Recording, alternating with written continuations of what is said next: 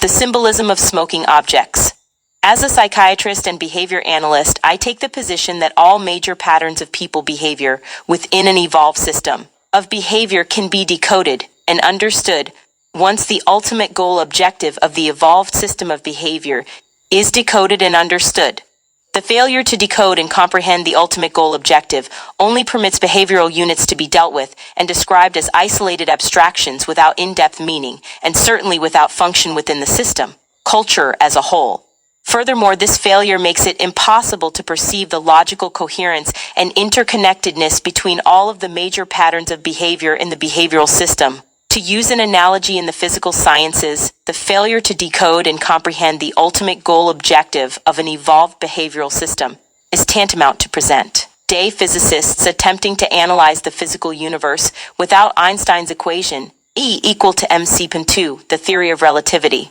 Indeed, in the final analysis, an evolved behavioral system is also a system of energy and specific energy. Pattern configurations, no less than the physical universe, is a system of energy and specific energy pattern configurations.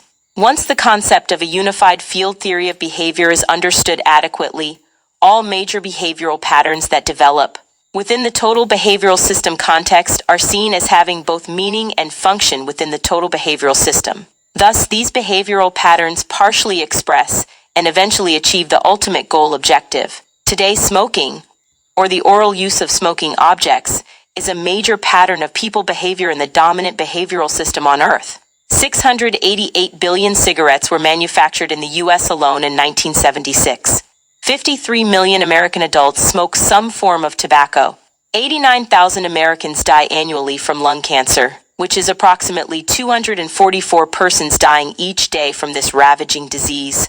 Yet, since 1964, when the Surgeon General's report first linked cigarette smoking with disease, there has been a smoking controversy among Americans for and against smoking. The above facts and health statistics alone, which do not include the number of deaths caused by fire through the mishandling of smoking objects, should make everyone alert to and curious about the behavioral pattern of smoking and the causes of this behavioral pattern. This essay seeks to pinpoint the perhaps unconscious but major underlying determinants of this behavioral pattern that heretofore have not been understood or probed adequately. By elevating the level of insight into the behavioral pattern and its causes, conscious control over the behavioral pattern may be enhanced, and the incidence of smoking may decrease. As I have stated previously, the existing global behavioral system culture of racism is the sum total of the conscious and unconscious patterns of symbols, logic, thought, speech, action, dreams, emotional response, and perception. It includes the tactics, strategies, and methodologies evolved by the global white collective in all areas of people activity to resolve the psychological anxiety and tensions related to the threat to white genetic survival.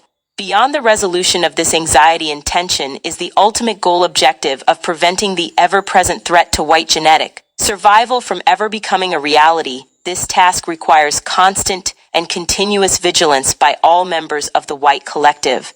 However, because of the minority status of the white collective on the planet, and because of its genetic recessive status relative to the skin, melaninated global majority, there exists in the collective white psyche a profound sense of genetic and therefore genital weakness and inadequacy. Because it is males who are physically and physiologically responsible for the initiation of the act of self-production and self-reproduction, it is the white male in the white collective who most greatly senses and experiences genetic and genital inadequacy. This is attested to strongly by the white males and, indeed, the total white collective's continuously prevailing concern with who has the largest penis, the black male or the white male. Indeed, large numbers of white males today are preoccupied and concerned that their penises are too small, such a concern being reflective of the sense of genital and genetic inadequacy.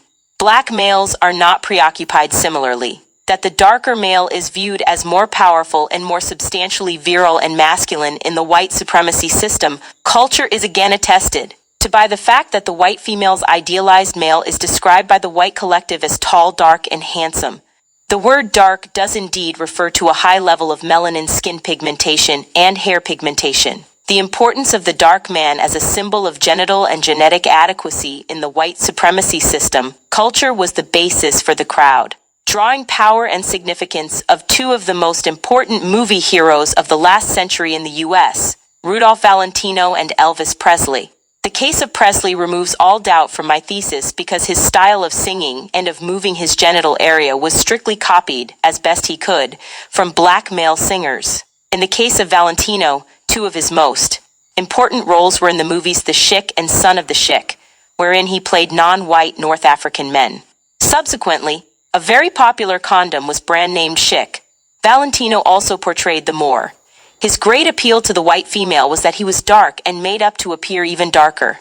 Supposedly, he was also a master lover. Yet another instance of the importance of black as a symbol of male genital and genetic adequacy is the fact that the standard wedding attire for the white male in Western culture is black, while the bride wears white. When dressed for most other important social occasions, the white male similarly dresses in black tails and black tie. Although the tails hang in the back, they remain phallic symbols. Similarly, ties are phallic symbols in a behavioral system, culture that believes that clothes make the man. The implication is that Mother Nature failed in some respect. White males also believe that they look more virile and attractive when suntanned. This belief is maintained despite the fact that each year in the U.S. alone, there are 300,000 new cases of skin cancer caused primarily by whites attempting to tan their pale skin into greater attractiveness. In this area of the world, white males also have had a long nefarious history of lynching and castrating black males and taking their genitals, as well as other parts, home as prized and desired souvenirs to be possessed, symbolically making them their own. Just as the important ball games fall into two series, all major smoking objects in the white supremacy culture fall into the same two series, large brown and small white.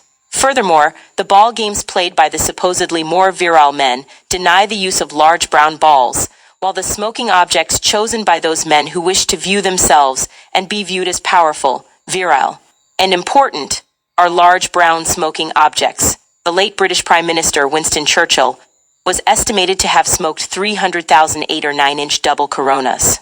John F. Kennedy also is reported to have loved Havana cigars, and Fidel Castro, who considers himself to be white, is never seen without a long cigar in his mouth. Whereas I maintain that the brown and white balls used in the ball games in the white supremacy culture are symbols of the black and white testicles, respectively, I maintain further that the brown and white smoking objects are similarly symbols of the black and white phallus. Together, the balls in the ball games and the smoking objects constitute a highly important symbol package of the complete male genitalia, the penis and the testicles. The white supremacy system, culture is preoccupied most fundamentally not with profit, but with its genital and genetic status and survival on the planet. It is only logical that since this great survival concern is not discussed at the culture's conscious level, it manifests in other major behavior activity within the system culture, albeit largely at an unconscious level. Thus, it is not surprising that these two important black and white symbol series should be a central preoccupation that cannot be curtailed in spite of the violence in ball games and the cancer associated with smoking. The white supremacy system, culture is dominated by white males. However, white males still experience a deep sense of male genital and genetic deficiency and inadequacy. This is due to the fact that white males fear genetic annihilation by men of color. Thus, major activity on the part of white males consists of the unconscious drive and desire to boost or supplement the level of one's maleness or masculinity and to internalize more male principle, element, or substance by any means possible. This sense of deficiency in male principle also may be expressed in terms of sensed inadequacy and therefore dependency in male principle dependency, need gratification. In other words, in a culture and behavioral system where the most dominant feature is a sense of male genital and genetic inadequacy, the attempt to compensate for this sense deficiency most certainly will be manifested in some manner in patterns of behavior. The habitual pattern of placing the symbolic phallus in the oral cavity is one example of symbolic compensation for sensed male genetic and genital inadequacy. Smoking, as previously stated, is placing a symbolic phallus in the oral cavity as a means of, again, internalizing more masculinity. Male homosexual acts of placing the penis in the rectum or in the oral cavity also achieve symbolically the results of internalizing and ingesting, through a gastrointestinal tract opening, male substance. In this instance, what is internalized is the ejaculate, which parallels the inhalation of smoke and the swallowing of saliva when mouthing a cigar or pipe. It should be noted here that in the 1960s, when black people, behind black male leadership, began to challenge the white supremacy status quo with cries of black power, there was an increase in the number of cigars imported to the U.S. cigar imports, more than doubled from 30 million to 80 million per year between 1967 and 1974. Large numbers of people also began to smoke small, long, dark brown cigarettes. An interesting mythology surrounds the cigar. During their manufacture, these smoking objects are hand-wrapped while held between the legs of Cuban women.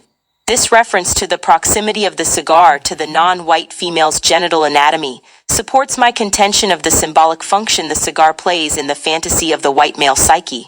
Here, one is also reminded of the underground saying in the white male culture that one is not a man until he has had sexual intercourse with a black female, meaning until he has demonstrated that his white phallus is as adequate as that of the black male. Understanding the above symbolism will explain further an advertisement for more cigarettes printed in the December 19, 1976 issue of the New York Times Magazine, which read as follows: "Why isn't more white? Because more is burnished brown, to make its longer, leaner design look as good as it tastes. And when it comes to the taste of more, you can enjoy its smooth mildness longer, because more burns slower. So more doesn't end with just good looks. There's lots of good taste as well. It's like any really good cigarette, only it's more." This ad carries an even greater significance because of the great emphasis placed on oral sex by the white supremacy system culture, in contrast to the behaviors of non-white peoples. This ad also must be seen in the context of the epidemic of pornographic magazines that place heavy emphasis on black males as objects of oral sex for both white males and females. The above ad also allows the following question to be raised: is the brand name More a substitute for more? With the above interpretation of symbols in the context of the white supremacy system culture, it becomes increasingly apparent that there cannot be a ban on cigarette smoking in spite of its cancer-causing potential. If indeed the basic dilemma in the white supremacy system and culture is genital and genetic inadequacy, and the objects and acts symbolic of ingesting more phallus were banned, what behavioral substitutes would be suggested that could solve the basic anxiety-provoking dilemma of white genetic annihilation? Perhaps genital transplant surgery from black males to white males? Hopefully, not frank cannibalism. In Chapter 8, I discussed the gun as a symbol in the white supremacy system culture. I demonstrated that the gun similarly cannot be banned because it is the symbolic phallus substitute for the white male. The white male's penis and testicles genetically cannot annihilate black and other non-white males, but his gun can. Therefore, to ban the gun for the white male is to castrate him symbolically, to remove his defense mechanism for the ever-present threat of white genetic annihilation.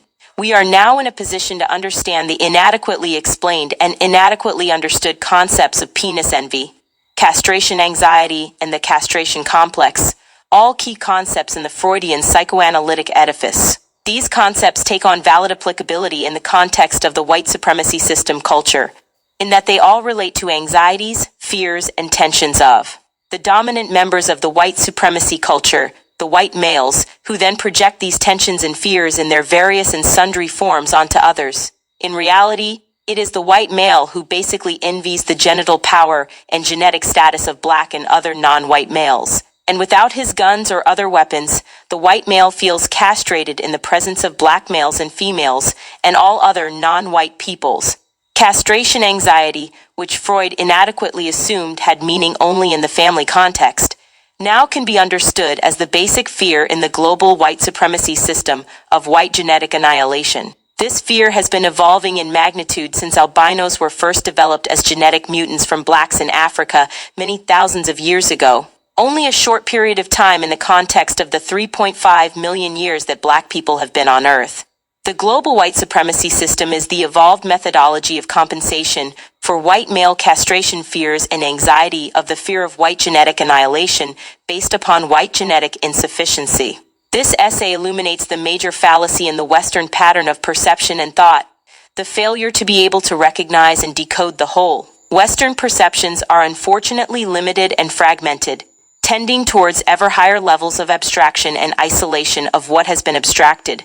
but never fully and consciously perceiving what has been abstracted in relationship to the whole. This failure to perceive the whole is a result of the repressed conceptualization of the white self as the albino mutant offspring from black progenitors. Thus, there is an inability to place the white self in the total perspective of the human family and the totality of the universe, without the admission of the genetic defective status of skin whiteness. The white collective, therefore, must deny the meaning and reality of Africa as its own birthplace and the point of origin of its own civilization.